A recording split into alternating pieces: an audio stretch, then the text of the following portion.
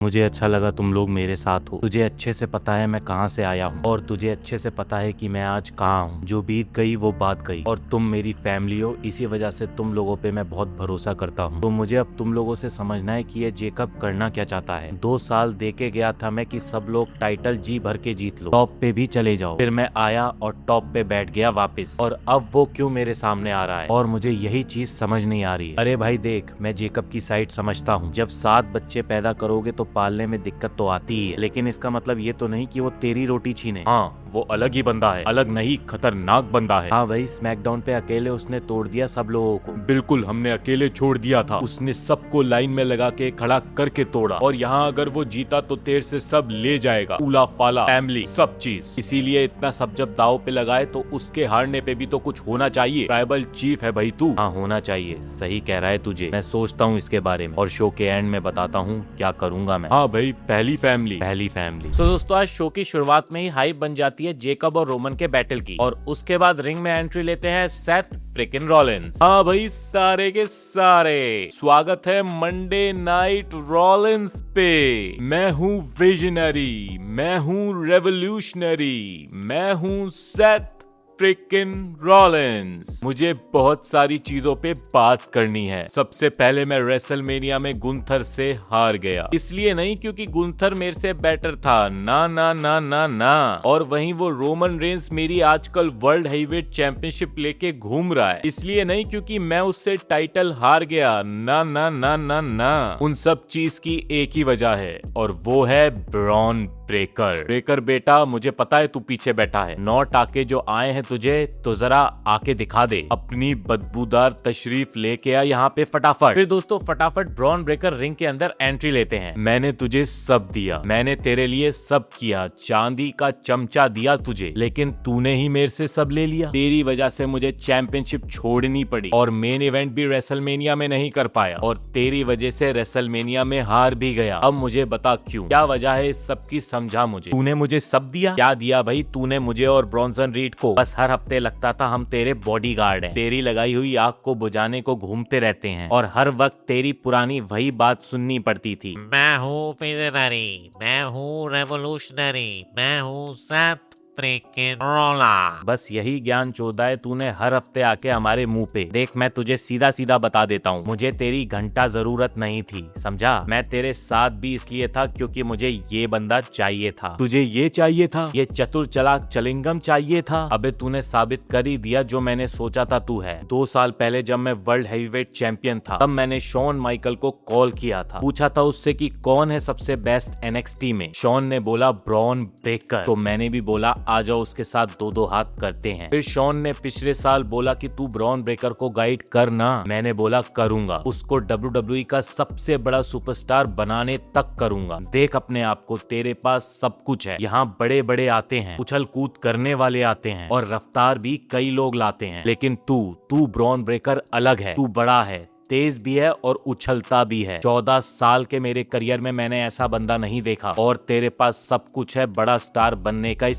Company में सब है तेरे पास, बस तेरे पास एक चीज नहीं है और वो है दिमाग। मुझे भी पता है कि 28 साल की उम्र में खून गर्म होता है और दिमाग भी कम चलता है। सब जीतना चाहते हैं, हमें जल्दी होती है ऊपर जाने की, और मुझे पता है खुद के ऊपर बैट लगाना क्या होता है और वो डिसीजन लेना क्या होता है जो दूसरों को पसंद ना आए। मुझे पता है तेरे में और मेरे में क्या फर्क है, क्योंकि तू सिर्फ कोशिश करता है और मैं करके दिखा देता हूँ। इस साल ही देख ले, मुझे फिर से रेसलमेनिया में मौका मिल गया, और तुझे क्या मिला? ऑस्टिन थ्योरी और लोगन पॉल का बॉडीगार्ड बनना, या फिर प्राइवेट जेट के अंदर हैप्पी एंडिंग पॉल एमन से? मैं फिर से बोलूंगा, तू सिर्फ कोशिश करता है, मैं करके दिखाता हूँ, क्योंकि बात क्लियर है कि तू तैयार नहीं है। तैयार नहीं हूँ मैं? अबे ये सब होने से पहले ही मैं मेन इवेंट सुपरस्टार बनने वाला था। मुझे तेरी कोई मदद नहीं चाहिए थी, और मुझे मत बोल कि तू चैंपियनशिप मेरी वजह से हारा। अबे टुटल्ली बॉडी है तेरी, दिमाग खोखला है तेरा, और तेरा ये कंधा तो चैंपियनशिप बेल्ट उठाते हुए ही इंजर्ड हो जाता है। और हाँ, मैंने भी वर्ल्ड टाइटल तक जाने की कोशिश की, थोड़ा सा चूक गया, लेकिन अच्छी बात यह है कि हारा तो मैं real best in the world से, ना कि मुझे इस झूठे बेस्ट इन द वर्ल्ड से हारना पड़ता। और मैं भी समझता हूँ तूने भी सब कुछ जीता है, तू फ्यूचर हॉल ऑफ फेमर है, तू बेस्ट होगा दुनिया में, लेकिन नंबर 2 पे। अच्छा था छोटे स्टाइनर, ये भी खुद लिखा था या अपने चाचा से फैक्स करवाया था। ब्रेकर, तुझे अगर लगता है तू तैयार है तो बैकलैश सिर्फ 2 हफ्ते दूर है, वहाँ तुझे मौका देता हूँ और बताना मुझे कि तू तैयार है कि नहीं। और एक बात बोलूंगा बेटा, हाथ कपकपाऊ, तू अपनी खुद की फैमिली में तो पहले नंबर 2 बन ले। तो दोस्तों आज सेथ रॉलिंस ने बहुत ही अच्छा प्रोमो दिया। वहीं हाथ कपकपाने वाली बात सेथ ने बोली नहीं, लेकिन मैंने ऐड की थी। लेकिन दोस्तों ब्रॉन ब्रेकर के हाथ तो कपकपाते हैं जब जब उनके सामने बड़े बंदे आके खड़े होते हैं प्रोमो वाले। सेथ भी सही कह रहे हैं कि अभी वो तैयार नहीं है। I mean, अगर आपने 28 साल के रैंडी ऑर्टन देखे होते तो उनके हाथ नहीं कपकपाते थे, दूसरों के हाथ कपकपा जाते थे। खैर ब्रॉन ब्रेकर का वीक पॉइंट ही प्रोमोज है, लेकिन अच्छी बात यह है कि वो चैलेंजेस ले रहे हैं सेथ रॉलिंस और सीएम पंक जैसे लोगों के सामने प्रोमो दे। और दोस्तों इसमें भी वो अच्छा ही कर रहे हैं, कुछ टाइम में वो कॉन्फिडेंट भी हो जाएंगे। साथ ही अब दोनों के बीच में बैकलैश में भी मैच होने वाला है। अच्छी बात यह है कि WWE इस स्टोरी लाइन को लेकर अब कंटिन्यू आगे कर रही है। वहीं दोस्तों स्टेफनी वकार भी आज प्रोमो देने आती, लेकिन पहले ही जजमेंट डे वाले उनको तोड़ देते हैं। WWE वालों ने भी सही कर रखा है, स्टेफनी वकार से प्रोमो नहीं दिया जाता तो उनको पहले ही तोड़ दो। वहीं दोस्तों आज लिव मॉर्गन भी रॉक्सेन को समझाती है कि जजमेंट डे एक फैमिली है और रॉक्सेन को जजमेंट डे अपनी फैमिली मानते हैं। वहीं फिन बैलर भी अगर गलतियां नहीं करते तो वो भी फैमिली का पार्ट रहते। वहीं फिन बैलर भी वहां पे आके चुपचाप रॉक्सेन को समझाते हैं कि कट ले वरना तू यहाँ पे कटवा लेगी। बाकी तब तो रॉक्सेन समझती नहीं है और उनको जाने को बोलती है। वहीं दोस्तों आज रॉक्सेन का होम टाउन भी था, उनका होम टाउन में पहली बार मैच होता है जहाँ पे वो रिकैल के साथ में टैग टीम बनाती है बेली और लायरा के अगेंस्ट। मैच के अंदर भी लिव मॉर्गन की हेल्प से रॉक्सेन पर स्पिन निकाल लेती हैं। और अब देखते हैं दोस्तों कि रॉक्सेन किसकी साइड लेती हैं, जजमेंट डे की साइड या फिर फिन बैलर की साइड। वहीं फिर दोस्तों रूसेफ और पेंटा के बीच में भी मैच स्टार्ट हो जाता है, जहां मैच से पहले ईथन पेज भी वहां पे आ जाते हैं। मैच के अंदर रोल अप पिन से पेंटा विक्ट्री निकाल लेते हैं, लेकिन रूसेफ इसी चीज से गुस्सा होकर उनके ऊपर अटैक करने लगते हैं। ईथन पेज भी अंदर आके पेंटा के ऊपर अटैक करते हैं। फिर वहां पे दोस्तों माल वाले आ जाते हैं पेंटा की मदद के लिए और दोनों को तोड़ के वहां से भगा देते हैं। ये दोनों टैग टीम्स भी काफी फ्रेश नजर आ रही है और इनके बीच की स्टोरी लाइन भी अच्छी बन सकती है, क्योंकि रूसेफ और ईथन पेज दोनों में अपना अपना ईगो है। तो देखना इंटरेस्टिंग होगा कि वो कैसे टैग टीम एक साथ बनाते हैं। स्वागत कीजिए एल ग्रांडे अमेरिकानो का।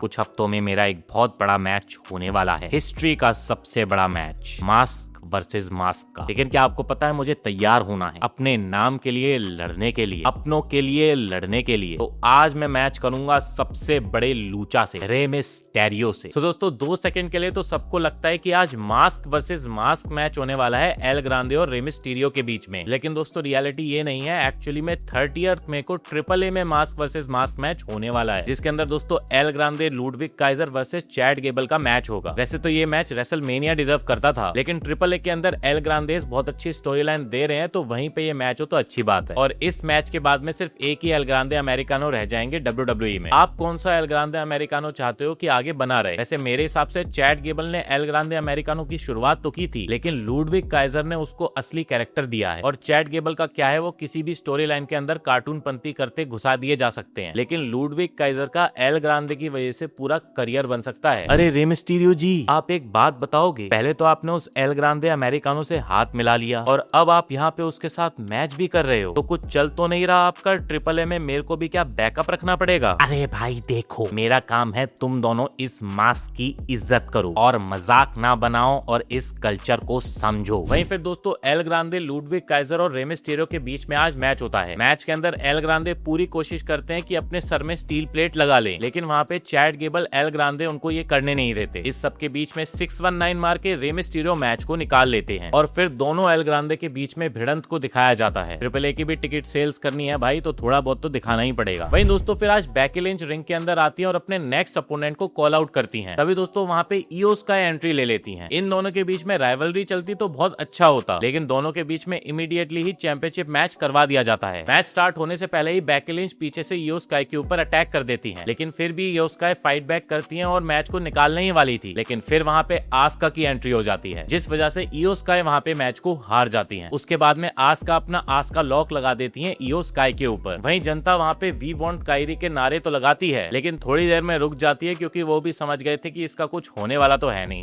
अगर उनका रिटर्न भी करवा लिया तो क्या ही हो जाएगा। बाकी अब आस्का और ईओ स्काई के बीच में बैकलैश में मैच ऑफिशियल हो गया है। मुझे तो लगा था Becky Lynch versus Iyo Sky का आईसी टाइटल का मैच होगा, लेकिन लगता है WWE ईओ स्काई और आस्का की स्टोरी को यहाँ से एंड करना चाहती है। बोलो मेरा नाम, क्योंकि मैं आ गया हूँ वापस यहाँ पे और सुनाऊंगा एक गाना यहाँ पे। मैं टाइटल जीतता हूँ जहाँ भी मैं जाता हूँ, रेसलमेनिया से रॉयल रंबल तक छाता हूँ, रेसलमेनिया से रॉयल रंबल तक चाहता हूँ और अब वक्त है मेरा एक शो से जुड़ने का।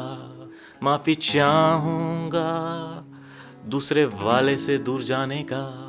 तो खुशी की खबर है जो हेनरी रॉपे है, तो खुशी की खबर है जो हेनरी रॉपे है, तो खुशी की खबर है जो हेनरी रॉपे है, तो खुशी की खबर है जो हेनरी रॉपे है।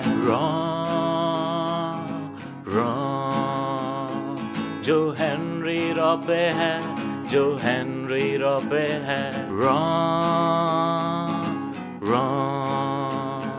जो हेनरी रॉपे है, जो हेनरी रॉपे है। अब सिर्फ नेटफ्लिक्स और चिल नहीं होगा और भी थ्रिल। अब सिर्फ नेटफ्लिक्स और चिल नहीं होगा और भी थ्रिल। रूलर है यहाँ, ओटीसी भी यहाँ। बस एम्बुलेंस वाले से एक चेन चाहता हूँ, बस एम्बुलेंस वाले से एक चेन चाहता हूँ। भगाओ लोगन पॉल को, भगाओ लोगन पॉल को। लात मारो लोगन पॉल को, लात मारो लोगन पॉल को। भगाओ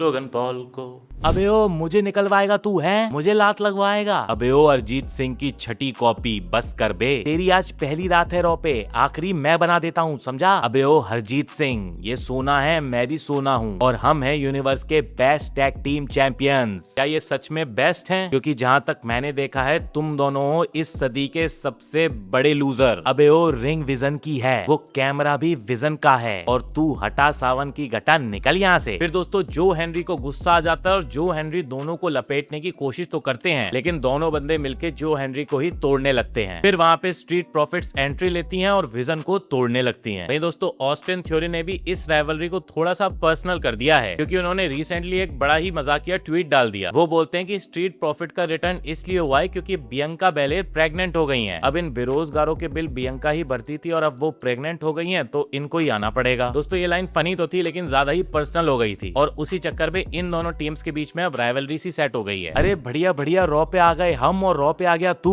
बस ये शर्ट का कलर ब्लू से रेड कर लिया। वहीं फिर दोस्तों स्ट्रीट प्रॉफिट के सामने सेथ रॉलिंस आके खड़े हो जाते हैं और स्ट्रीट प्रॉफिट क्लियर कर देती है कि वो सेथ रॉलिंस के साथ नहीं है, वो विजन के अगेंस्ट है। ओवरऑल मुझे लगता है धीरे धीरे WWE इन लोगों का एक फैक्शन तैयार करने की कोशिश कर रही है और लॉन्ग टर्म स्टोरी टेलिंग शायद इस बार हमको अच्छी देखने को मिले। अबे जैवॉन को मौका दे रहे हो, लोगों का कॉन्सर्ट करवा रहे हो, मुझे भी मौका दो यार, मौका मिलना कम हो गया है यहाँ पे। ओबा फैमी, हाँ मौका दो इसको भी, आज ही मेरे साथ। अबे मेरी ही क्यों सब ले रहे हैं। फिर दोस्तों ओबा फैमी और ग्रेसन वॉलर के बीच में मैच होता है। ग्रेसन वॉलर ने भी अपनी आउटफिट को थोड़ा सा चेंज कर लिया है, वो शॉर्ट्स की जगह टाइट्स पहन के आ रहे हैं और उनके अंदर मेरे को फ्यूचर एज नजर आने लगा है। ये थोड़ी अजीब सी बात है, लेकिन थोड़ा सा वो एज जैसे तो लग रहे हैं। बाकी वो कैसे भी लग रहे हो, ओबा फैमी उनको पावर बॉम्ब मारते हैं और मैच वहाँ पे निकाल लेते हैं। हाँ जी, कैसा फील कर रहे हो? मैं अच्छा फील कर रहा हूँ, तुम अच्छा फील कर रहे हो। ग्रेसन वॉलर अच्छा फील नहीं कर रहा, मगर उसने एक चीज तो सही कही है, मौका मिलना कम है यहाँ। चैंपियनशिप के सब कंटेंडर बन के बैठे हैं और यूएस ओपन चैलेंज अब चल नहीं रहा, तो मैं खुद ही एक सॉल्यूशन लाया हूँ और आज से मैं शुरू कर रहा हूँ ओबा फैमी ओपन चैलेंज। तो जो कोई भी मर्द का बच्चा है पीछे और लेवल बढ़ाना चाहता है अपना, तो आ सकता है, लेकिन आना सोच समझ के। यहाँ आते ही कोई रहम करूंगा नहीं, मैं तोड़ूंगा, फोड़ूंगा और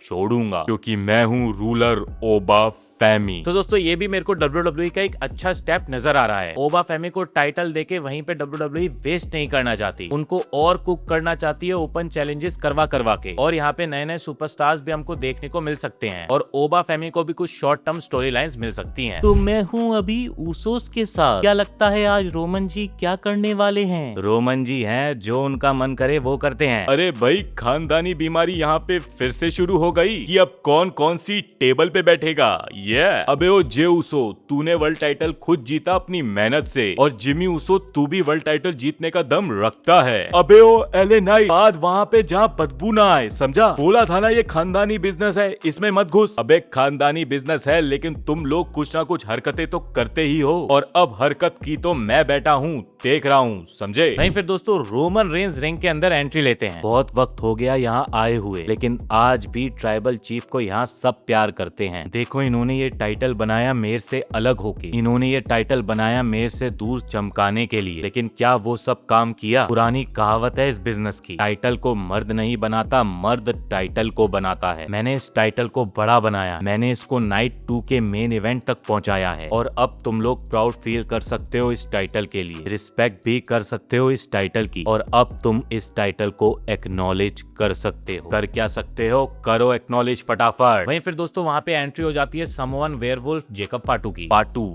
क्या लेगा तू? बात तो तेरी मैं करने ही वाला था शुरू, हफ्ता दे दिया था तुझे, वक्त दे दिया था तुझे, तो लगता है अब तूने सही डिसीजन ले लिया होगा और फैमिली को जोड़ने वाला काम करा होगा, ना कि तोड़ने वाला काम किया होगा। हफ्ता दिया मुझे तो दिन भी नहीं चाहिए था, मुझे तो घंटा भी नहीं चाहिए था। मुझे पता है मैं किस चीज के लिए आया था और क्या मुझे चाहिए। मैंने बोला था तुझे, मुझे ये टाइटल चाहिए नहीं, चाहिए ही चाहिए। और तू क्या है बे? यहीं का स्टार है बस। स्ट्रगल देखा भी है तूने, मैंने सड़कों पे रगड़े खाई हैं, 12 साल मेहनत की है, समझा? और जब तू यहाँ ब्लड लाइन बना रहा था, मैं सड़कों पे भीख मांग रहा था और बना रहा था अपने आप को यहाँ आने के लिए। लेकिन ये स्टोरी कैसे शुरू होती है उससे फर्क नहीं पड़ता, खत्म कैसे होती है उससे फर्क पड़ता है। तूने कभी यहाँ मुझे नहीं बुलाया, जे ने कभी मुझे यहाँ नहीं बुलाया, जिमी ने भी कॉल नहीं किया। पता है किसने मुझे यहाँ बुलाया? सोलो ने। सोलो ने मुझे मौका दिया, सोलो ने मुझे बनाया। सोलो। अबे तेरा सिर्फ साबुन स्लो है या तेरा दिमाग भी स्लो है? सोलो मेरी कॉफी तो ढंग से बना नहीं पाता था, तुझे बनाएगा। जरा देख रिकॉर्ड में कौन चला रहा है इस जगह को। सबको पता है